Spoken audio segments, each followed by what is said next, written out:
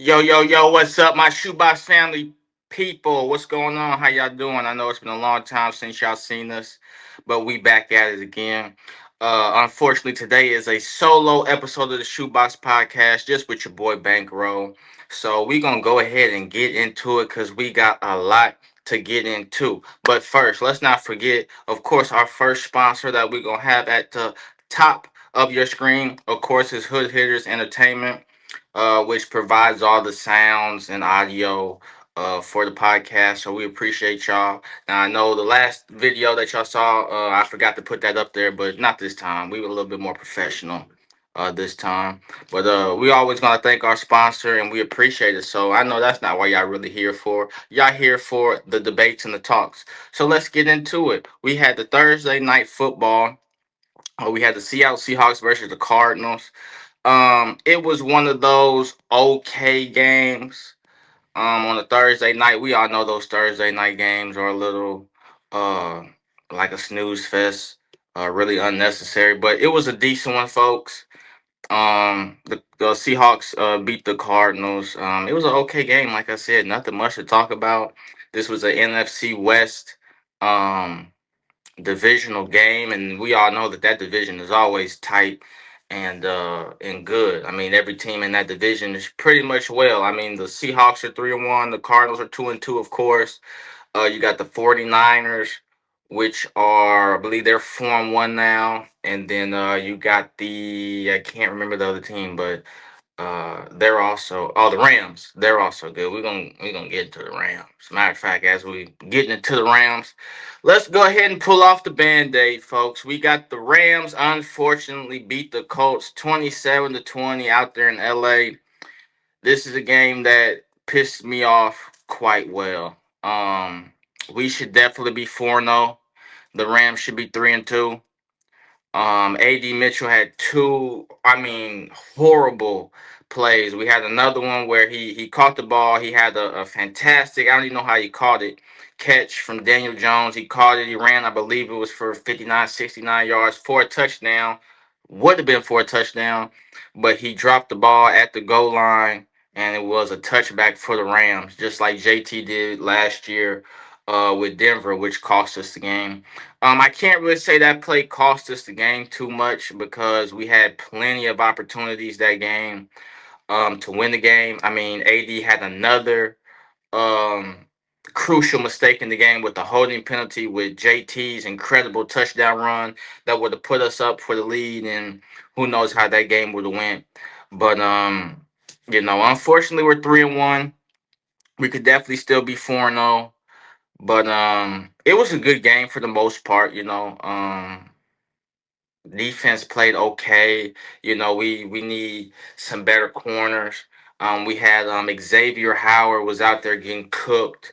Puka Nakua had, I want to say, 13, 14 catches for 100. I think it was 13 catches for 170 yards and a touchdown. That is completely unacceptable. Mostly Xavier Howard was covering him, and Xavier Howard has been getting killed these last couple games. You had him, other than that Miami game where he kind of knew what the Dolphins were doing, which can help a lot when you're playing defense. Other than that, he's been getting cooked. He got cooked against the Rams. He had crucial penalties when we played Denver at home. And it just can't happen. We're gonna have to figure out that side of the ball because right now Ward is over there locking up that side of the field like a Darrell Reeves type right now. Ain't nobody even throwing the ball to him. And in one of Stafford's touchdowns, it may have been the last one. If Nick Cross stays right where he's at, that's a pick. Ward played that tremendously. He led the wide receiver to cross his area, and Cross fell for the pump fake, looking at the Matthew Stafford's eyes, and he fell forward and he threw the ball right behind him for a touchdown. So Ward's over there doing this thing, but as far as Howard, we're gonna have to figure it out. I know Kenny's out. We had Mike Hilton in there. That was his first game uh, um, in the regular season, I believe. Coming straight off the bench for Kenny Moore. He had a incredible. I believe it was a forced fumble that got us the ball back. But the guys did good. We should be 4-0. I know a lot of people say there's no moral victories, but this one is definitely a good moral victory. Or we lost, but it's a moral victory just because we hung in there with one of the top teams in the NFC. Which if we make the Super Bowl, we would, of course, face the Rams if they also make it. And I would give them a good chance of beating the Rams in a Super Bowl if we was to meet them again. So, um, Daniel Jones had two interceptions, which I'm not really too worried about. The first interception was to AD Mitchell, of course. You look in AD's way, it seems like you got the fumble at the goal line, the holding penalty for JT's touchdown, and then the Daniel Jones interception. I mean, those are just three costly plays that we're looking at your direction, and you ain't making the play. So, and then at the end of the game, throwing the ball to Michael Pittman, trying to get the touchdown with a minute to go in the fourth quarter. I believe we're at our 20 or 30, and we needed a touchdown to win the game. It's kind of one of those plays you got to get a chunk to possess the clock and work the clock and try to either score a touchdown with a 2-point conversion to win the game or go on overtime. So, um, good game for the fellas. It could have been better, but hey, I'll take 3-1 better than 1-3. And while we're on the Colts, guys, let's talk about a subject that's ringing out there a little bit, but not too much, right? Now we got the Josh Allen versus the Daniel Jones for MVP. Wow, MVP. Now Josh Allen was the MVP last year, but of course, Lamar Jackson definitely could have been the MVP, but they gave it to Josh, which is okay. And once we go ahead and I show this graphic to you guys, right? Now look at me.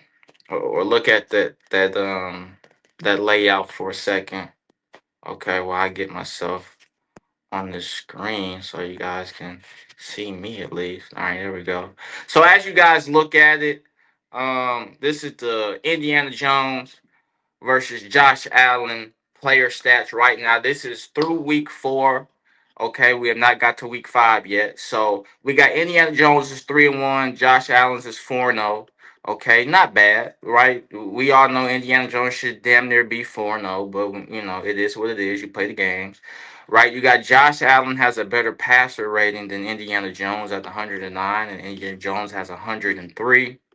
The completion percentage around the same, right? 70%, 71 for Indiana Jones. You got the total touchdowns is 4 for Indiana, and you got 7 for Josh Allen, 1 turnover for Josh, and 2 for Daniel. This last game. And then when we look at the passes thrown to completed, you got 97 to 121 for Daniel, and you got 85 for 121 from Josh Allen. So when we're looking at all these numbers, they're pretty comparable, right? These are essentially the two best quarterbacks in the NFL right now, which a lot of people were not expecting for Daniel Jones to be a top quarterback in this league this far in the season. But so far, these are your two MVP front runners, and it's a tight race, right? We got to wait for next week to see how these guys continue to play. But right now, both these guys are playing at a huge, tremendous level. Um, and the fact that Daniel Jones is in an MVP race, right? For us Colts fans, for our quarterback to be good, period, is astounding. And the fact that we now have a quarterback that can be an MVP in this league, that's great for us. It's a great turnaround, and it's a great time to be a Colts fan. But you guys gotta let me know how y'all feel about this Daniel Jones versus Josh Allen MVP type of competition going on right now. Because as you guys can look on that screen and see the stats right now, it's a very, very tight race right now. And I'm pretty sure a lot of people would give it to Josh Allen at this point, but hey, you gotta let the season play out and see how that goes. So again, let me know in the comments how you guys feel about this subject to see Josh Allen versus Indiana Jones. You guys gotta tell me what's up and tell me, if you guys like that or not. Let me know.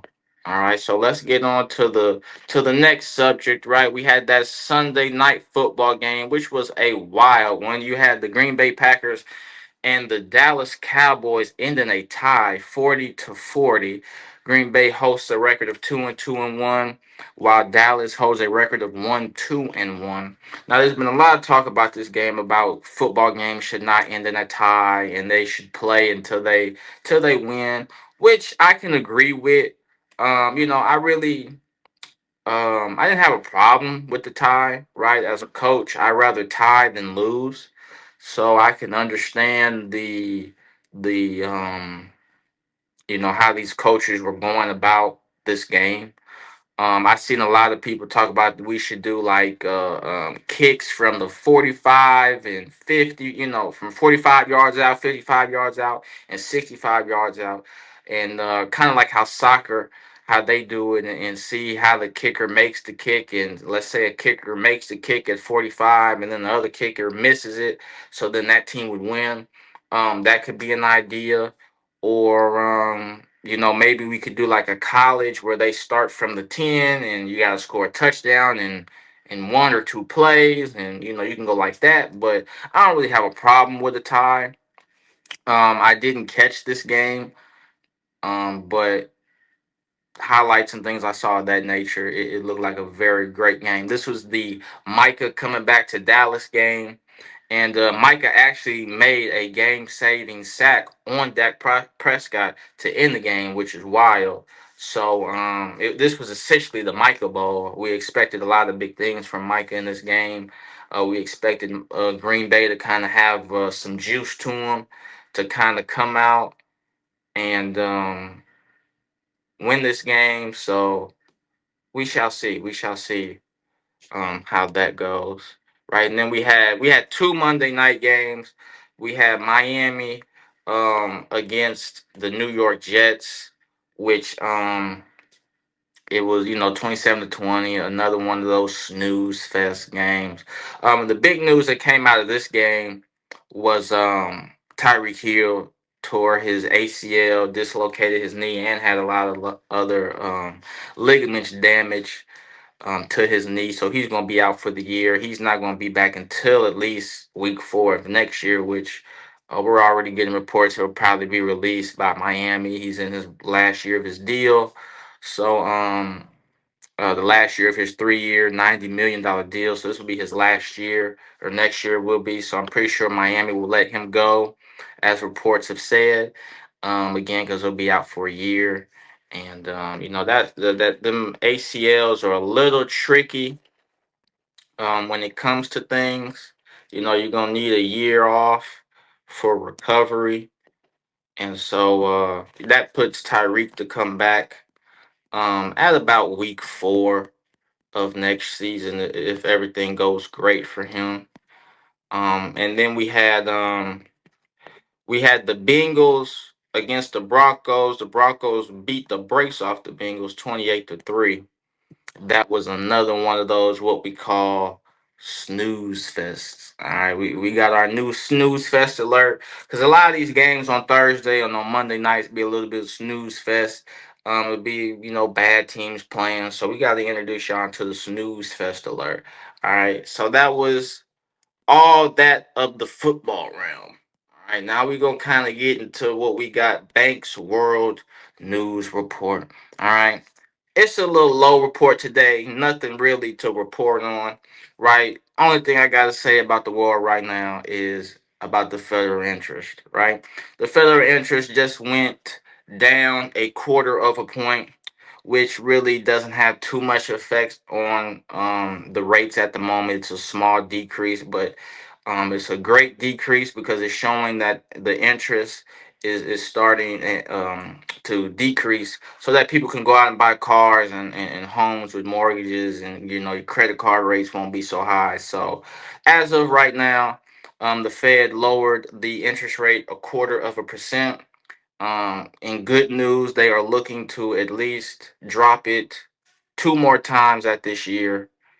And then unfortunately, they say probably the beginning of 2026, the rates will go back up, however they go back up. So If you're looking to buy a new car, go out there and get a new mortgage. Interest rates are a little iffy still right now, right? Check them out at the beginning of the year. You may be able to get some deals before the new year starts, and then they kind of bump shit back up.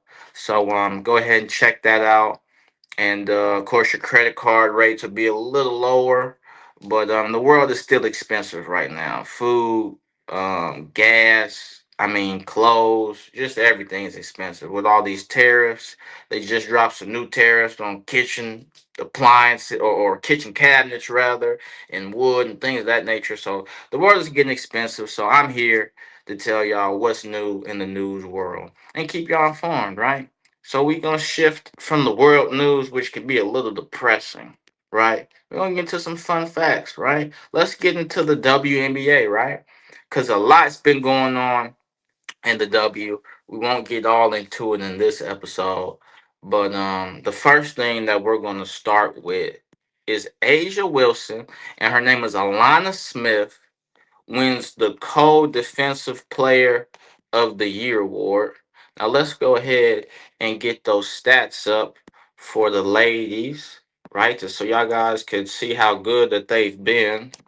And since it is a defensive player of the year award, never seen a co-defensive player of the year award. Um, in my time, right? So we got Asia had 10 rebounds a game. Alana had 5.1. You had Asia had 1.6 steals a game. Alana had 1.3. And you had Asia had 2.3 blocks. And Alana had 1.9 blocks. Now, I know you guys are looking at these stats. You're like, how is this a award? Me and you both. If we look at the rebounds, she's smoking her about five more rebounds a game. She's getting, if you learned in school, if it's past five, you round up. So if we want to go right to Asia saying 1.6 steals, we can say that's two, and Alana has one. Um, so of course two is better than one in the steals range, and if we're going to blocks per game, you're looking at two and two. So pretty much she's getting almost a steal more a game and definitely five more rebounds a game, right? But the Lynx have the number one defense in the league, and Asia and the Aces have the number five defense in the league. So I guess I don't know about this one. I don't know why they made it co. Because Asia has better stats than Alana, but Alana's team is better on defense than Asia. So I guess they gave it to her.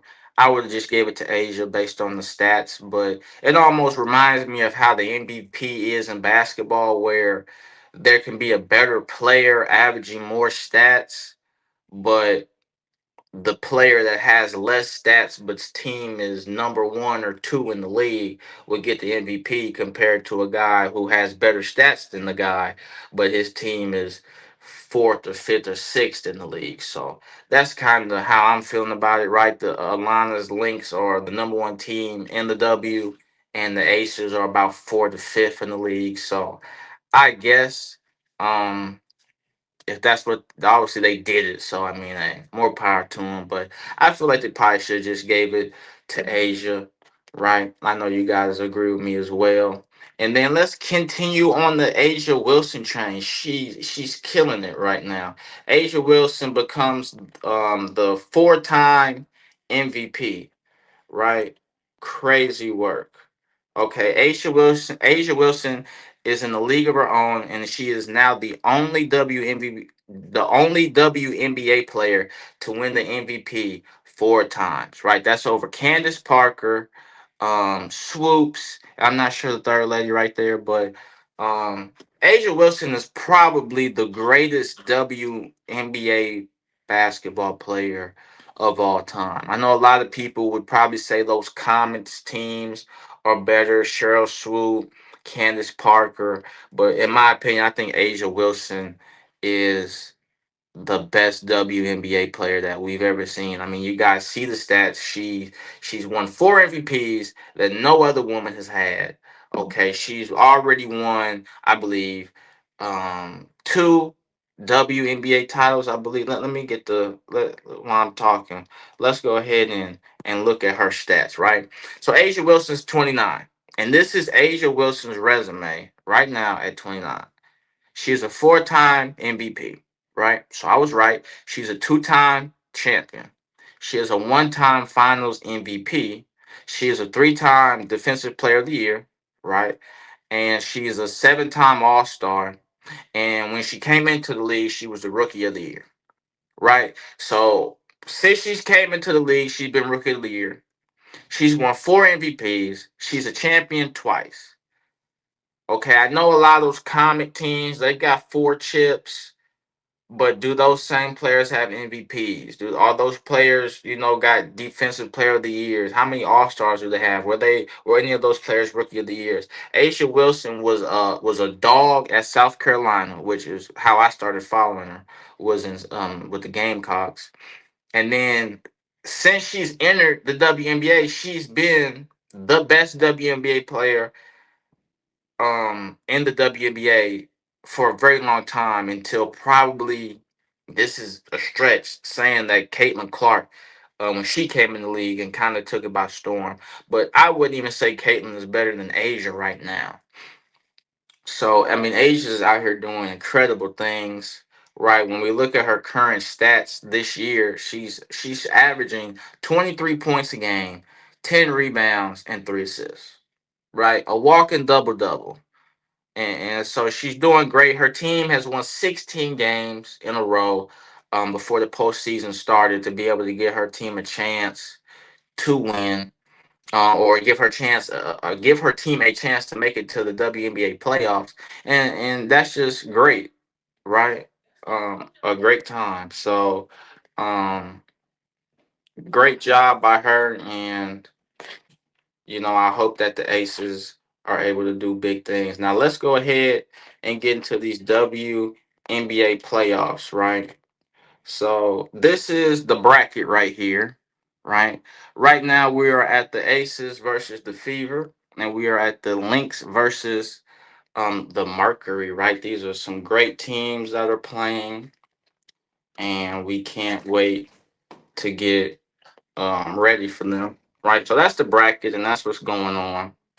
Right. So when we look at these teams, go ahead and put that ticker at the bottom so you guys can see some of the scores now. Now, as these games had ended, right, the Mercury beat the Lynx, right, 3-1 to get to the WNBA finals. Right now, a lot of people had the Lynx winning this series. The Lynx have been the number one team in the WNBA pretty much from the start of the season. This game had a lot of different foul calls that weren't called, that kind of impacted the game, some people felt. Um, but at the end of the day, the Mercury came out the better team and beat a top Lynx team to make it to the WNBA finals. And who will they face? Well, you guessed it.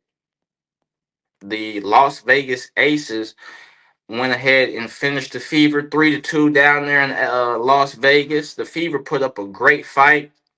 Um, this Fever team did a great job. Okay, they went out and they faced a Atlanta Dream team and beat them 2-1 to get to the semifinals to play the Aces. And this team, nobody had them beating Atlanta, right? And this team, they absolutely had nobody. They didn't have the Fever beating the Aces as well. Of course, the Fever didn't beat the Aces, but they did put up a great fight. Right. Mitchell got hurt in this last game, in game 5, and she had to be taken to the hospital because she has a medical condition in which her legs had unfortunately just stopped firing. Um, and so the Fever were close in that game before she got injured, but after she was out, I mean, our Fever just couldn't continue to push it along with all the injuries that we've had. We've had Caitlin out, Sophia's out. A lot of our key people are out, but hey, hand claps to the Fever for going out there and putting a great fight on to beat the Atlanta Dream and to put up a good fight against the Aces. Shout out to the Aces and shout out to the Mercury for making the WNBA finals.